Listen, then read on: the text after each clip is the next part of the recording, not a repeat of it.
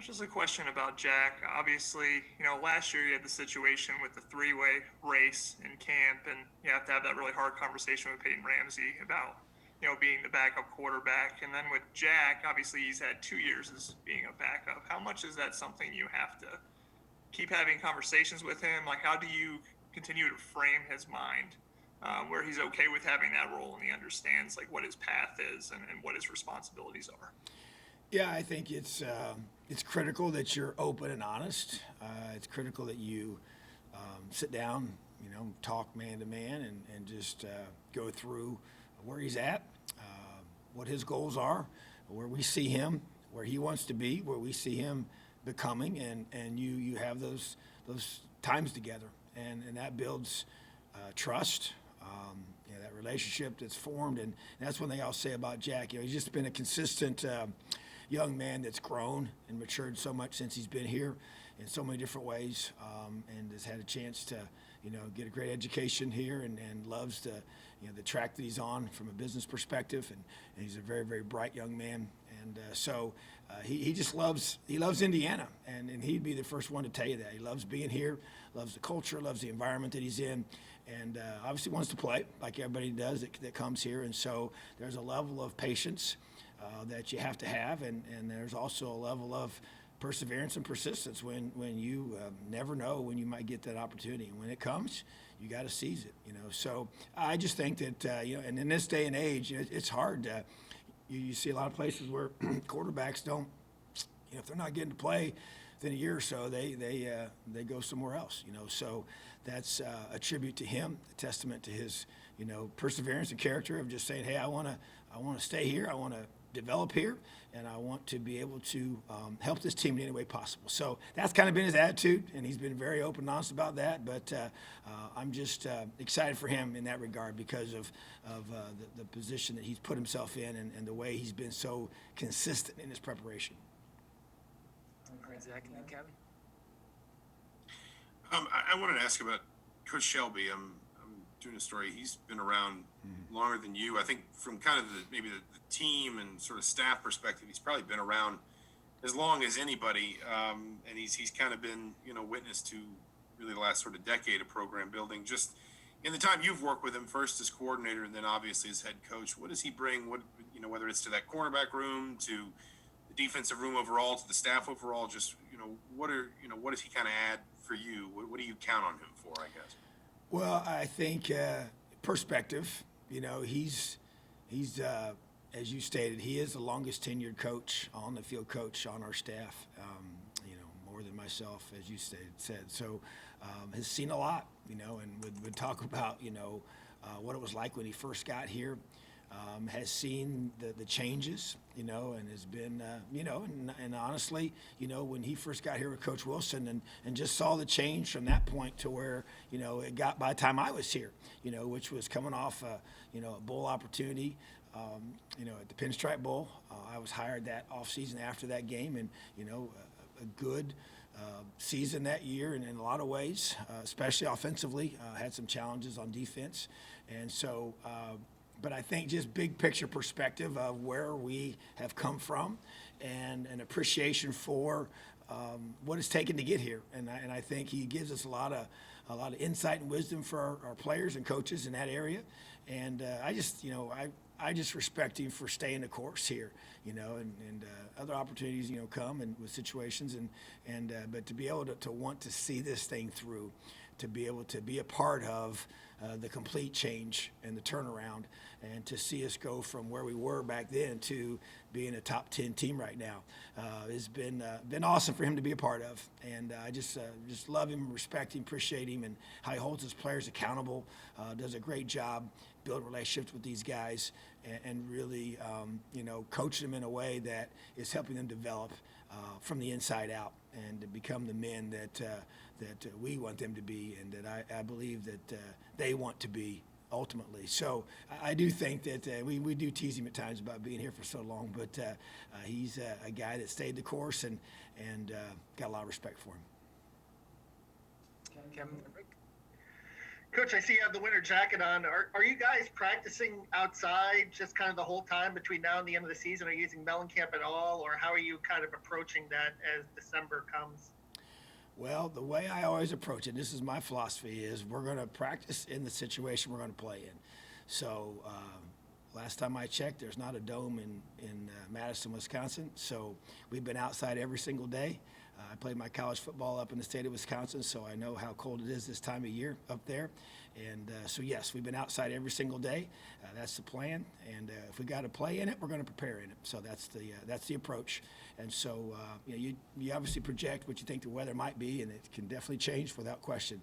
So, but yeah, we're this is different this year. We're usually our last regular season game has been at Thanksgiving weekend, and now that's come and gone, and we're still rolling. So we're going to have to adjust. Our guys have done a great job doing that this week. We've actually had very cold weather, which is good, but has had some sunshine, and the wind's been pretty good, and that's what kind of makes it feel even worse, I think. But still, our guys are just getting used to it, and that's just part of it. We don't blink.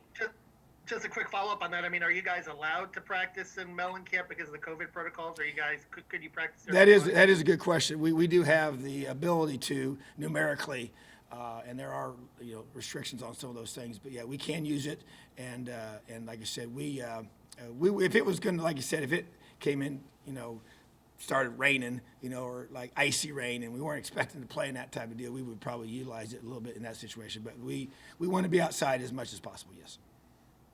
All right, Rick and Sammy. Yeah, Tom, Wisconsin's been sort of the big dog in the West Division for quite a long time. I know what I think their calling card is and their identity. As somebody who's competed against them and watched them, what do you think their identity and calling card is? Yeah, I think that their identity is a culture of toughness. They've got big players, big, strong linemen, big, strong defensive players, very disciplined. They run the football. They play action off of those runs, and they've played really good defense for a long time. So special teams-wise, they're just always in the right position, just very disciplined. So I think that the identity is toughness. It's the running the football mindset. They've been fullbacks and tight ends, and you don't see as much of that style anymore. But that's who they are, and that's what they've been very, very successful at for a long, long time. So you kind of look back to when Coach Alvarez went there many years ago, and when he got there, they were not having much success at all. And so just the way that that's changed, and that's become the expectation, and so a lot of respect for their program and the way they built it, and just the way they play the game. So really have a ton of respect for Coach Chris and the entire staff. And but that's kind of say, hey, that's Wisconsin football, and so that's neat to see. But they've been there a long, long time, and that's a result of that continuity. Sammy, Jim Coyle. Good morning, Coach. Maryland played your wide receivers very tight. What do your wide receiving group have to do this week to get open to make throwing lanes more available for Jack and the quarterbacks? Yeah, there's no question that's been a priority this week to work on that, and just I'm not going to give away our game plan, but obviously you can look at the things that happened the week before, and people are going to copy those things, and that's how it works, and utilize the things that they feel like they can do to be successful on that side of the ball against our offense. So we've had to work through those. That's obviously there's schematic things you got to adjust. There's things technique wise you work on. There's just things that you got to be able to do to create those openings and to get our receivers open, so we can get the ball to them, So, but yeah, there's no doubt Maryland did a really good job of that, and so it's definitely being a priority for us to address this week. All right, Jim, and then Dylan Moss. Coach, when you have a major change middle of the season like a quarterback like you have, and I know the team has confidence in Jack, but when that happens, there is still a mental change that takes place because your momentum is going on. What have you done and what can you do to make sure that continues on the mental side for your team? Well, you fall back on your foundation. As I said before, we don't blink. That's a program quality that we have built into this place since I've been here, and it's a mental toughness, a physical toughness that it takes. We have challenged our guys. Everybody's got to be 1% better. Individually, in each position room, in each side of the football, and that collective 1%, it creates an elevation of performance for the entire team. And that's what it comes down to. You know, when you lose a special player like we have at that position and of Michael's status, you know, there's no question you got to respond, you know, and, you know, response was our one word for last week, but it's very appropriate for this week as well. That's why I always say our one words are not just isolated to one individual week.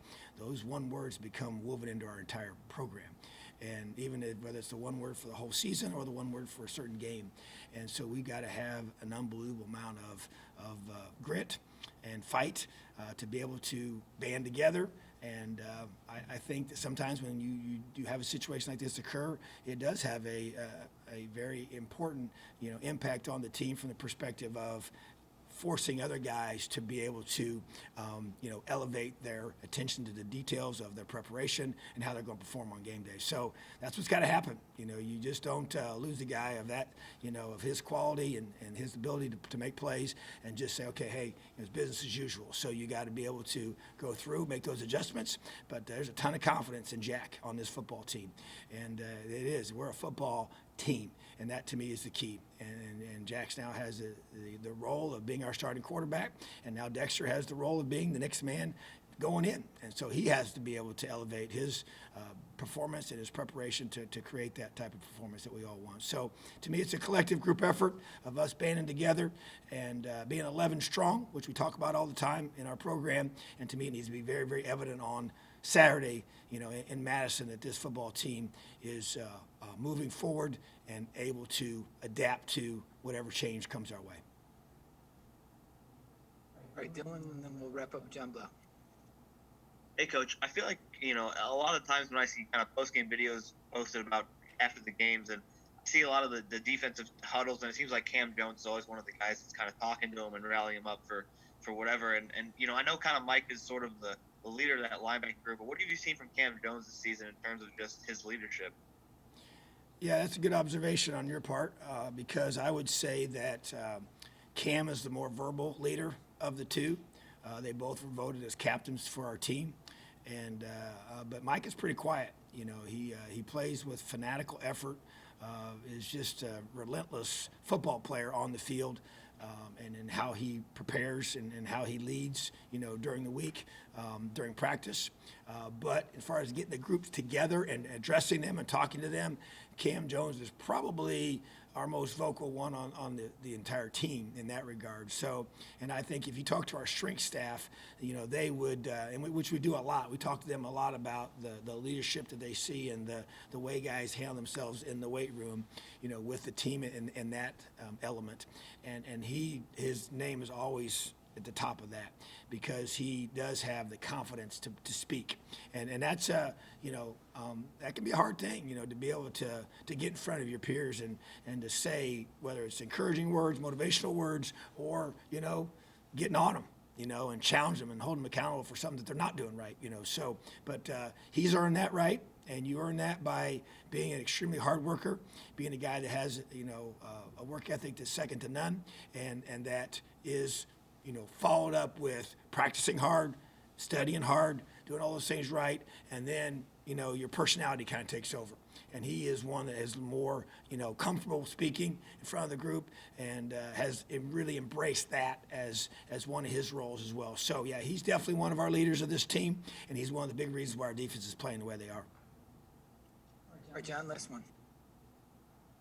Wondering if you can give an update at all on Samson James, if he's back with you guys practicing, and then also Caleb Jones and Lance Bryan have been out for a couple weeks. Is there any hope that they might be available this week? Yeah, so they're Lance and Caleb are progressing, so we'll announce that decision on game day for those two guys. But you know, Samson's situation is a little bit different, and so, but it's some personal things he's working through right now and with his family. So we're just supporting him as much as we possibly can, but he is back with us, and expect everything with that to move forward. All right, thanks, Tom. Awesome. Have a great day.